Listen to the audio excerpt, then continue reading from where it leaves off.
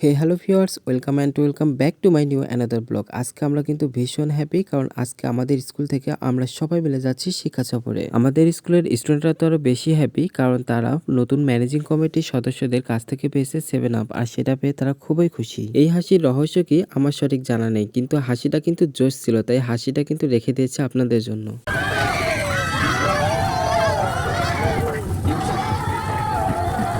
কি উড়াধুরা নাচ রে ভাই রে ভাই, এদেরকে না দেখলে তো বুঝতেই পারতাম না। সারা রাত একটুও ঘুমায় নাই, পুরা রাত একদম বাসের মধ্যে নাচতে নাচতে তারা চলে আসছে মাজারে। আমাদের ট্যুরের ফার্স্ট স্পট ছিল এই মাজার শরীফ। এটা মূলত হযরত শাহজালাল রাজি আনহু তাআলার মাজার। ভারতীয় উপমহাদেশের বিখ্যাত সুফি ও দরবেশ হযরত শেখ শাহজালাল মুজাররাদ ইয়ামিনী রাজি আনহু তাআলা। উনার পুরো নাম শেখ শাহজালাল কুনিয়াত মুজাররাদ। 703 হিজরি মোতাবেক 1303 খ্রিস্টীয় সালে 32 বছর বয়সে ইসলাম ধর্ম প্রচারের লক্ষ্যে বাংলাদেশের অধুনা সিলেট অঞ্চলে আগমন করেন। এই মাজারে কিন্তু একটি জিনিস আমরা নোটিস করেছি, এখানে যে কবুতরগুলো ছিল সেগুলো কিন্তু এখানে একদম পায়খানা করে না বা নোংরা করে না, তারা খাওয়া দাওয়া করে কিন্তু অন্যখানে গিয়ে পায়খানা করে আসে। কবুতরগুলো কিন্তু পরিষ্কার পরিচ্ছন্নতা বোঝে, তাহলে দেখেন কত বুদ্ধিমান প্রাণী না কবুতর। এখন আপনাদেরকে দেখাবো হযরত শাহজালাল রাজি আনহু তাআলার কবর, যেখানে মূলত তিনি চিরনিদ্রায় শায়িত আছেন। তার কবরের চারপাশ দিয়ে দেখলাম সুন্দর ছাউনি উঠানো আছে, আর এখানে অনেকে এসে কোরআন তেলাওয়াত করতেছে। যদিও এখানে ভিডিও করা নিষেধ, তারপর আমি আপনাদের দেখানোর উদ্দেশ্যে একটু ভিডিও করে নিয়েছি।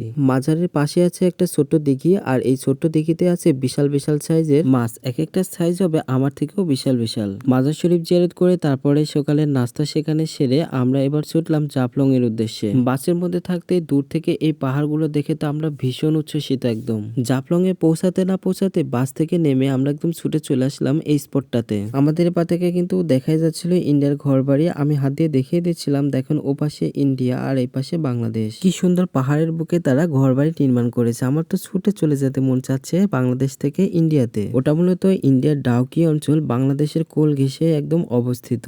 আমার যদি পাসপোর্ট আর ভিসা থাকতো তাহলে কিন্তু আমি একদম চলে যেতাম ইন্ডিয়াতে, আর কখনো বাংলাদেশে আসতামই না। আমাদের ম্যাডাম তো সেই লেভেলের আইসক্রিম খাওয়া শুরু করে দিয়েছে, আর খাবেই বা না কেন। দেখেন এত রোদের মধ্যে এভাবে কি থাকা যায়? এই কাকফাটা রোদে তো একদম নদীর পানিগুলো শুকিয়ে গেছে, নদীগুলো একদম মর্মাহত অবস্থা। এখানে মনে হয় পানিতে ভরপুর থাকলে আরো সুন্দর লাগতো, তাই না? দেখেন কি উঁচু পাহাড় বেয়ে নিচে নেমে যেতে হবে আমাদেরকে সেই স্পটে যেতে হলে। কি খারাপ পাহাড়, ভাগ্য ভালো যে এখানে সিঁড়ি করে দেওয়া আছে, তা না হলে কিন্তু ওখানে যাওয়া পসিবলই হতো না। রোদের মধ্যে এইভাবে ঘুরতে ঘুরতে খুবই টায়ার্ড লাগতেছিল, আর বেছে বেছে আজকের দিনটাতে এত রোদ বের হতে হলো। কিছু করার নাই ভাই, যেহেতু ভ্রমণ করতে আসছি, ভ্রমণ করা বাদ দিয়ে তো আর বসে থাকা যাবে না, তাই বেরিয়ে পড়লাম আবারও ভ্রমণ করার উদ্দেশ্যে। এখানে নদীর পানিগুলো এতই শীতল যে একদম মনে হচ্ছে ফ্রিজের পানি। তাই আমি হাত দিয়ে পানিগুলোকে নাড়ানাড়ি করে আমার উত্তপ্ত মনটাকে একটু শান্ত করার চেষ্টা করতেছিলাম। আর এখানে পানিগুলো এতই নিট অ্যান্ড ক্লিন, নিচে যা কিছু আছে সবকিছুই দেখা যাচ্ছে, পাথরগুলো দেখা যাচ্ছে। আমার তো হাত দিয়ে পানি নেড়ে মনের আইস মিটেনি, তাই এবার পা নামিয়ে দিয়েছি, পা দিয়ে দিয়ে পানি নাড়তেছি। দেখেন ওপাশে দেখেন ইন্ডিয়ার ব্রিজ দেখা যাচ্ছে, ওই ব্রিজটা কিন্তু দেখতে খুবই সুন্দর লাগে। আর এপাশে বাংলাদেশে শুধু পাথর আর পাথর, তাই পাথরের বুকে আমাদের স্টুডেন্টরা নাম লিখে রেখে যাচ্ছে যেন অক্ষত থাকে সারা জীবন। সেটা দেখে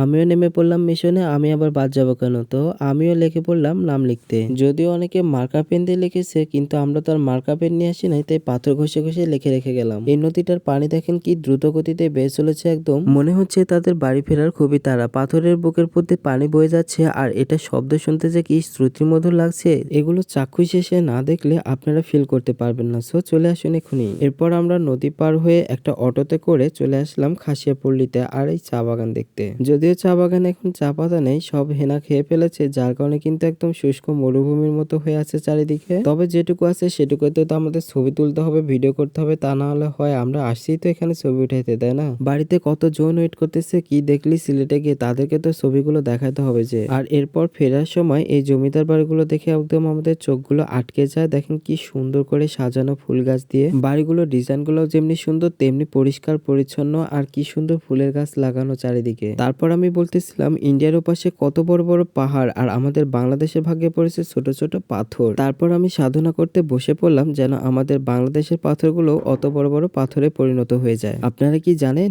পাথরেরও কিন্তু প্রাণ আছে, পাথর একখান থেকে আরেকখানে যেতে পারে। সেটা জানেন বা না জানেন এটা জেনে রাখুন, এখানে কিন্তু অনেক ইন্ডিয়ান প্রোডাক্ট পাওয়া যায়, আর সেগুলো কিন্তু কম দাম বলে, কিন্তু একটু দাম বেশি মনে হয়। এবার পাহাড় বেয়ে উপরে ওঠার পালা, আর পাহাড়ে উঠতে উঠতে আমি একদম শেষ, এনার্জি যেহেতু শেষ, এবার ব্যাটারিটাকে এবার চার্জ দিতে হবে। তাই এবার চলে গেলাম একটা হোটেলে দুপুরে লাঞ্চ করার জন্য প্রায় 4টার দিকে। ব্যাটারিটাকে চার্জ দিয়ে আবার আসলাম নদীর ধারে সূর্যাস্ত দেখার জন্য। আর এটাই শেষ দেখা সিলেট। সবাই ভালো থাকবেন, এখন আমরা বাড়ি যাই। Good night everyone, tata.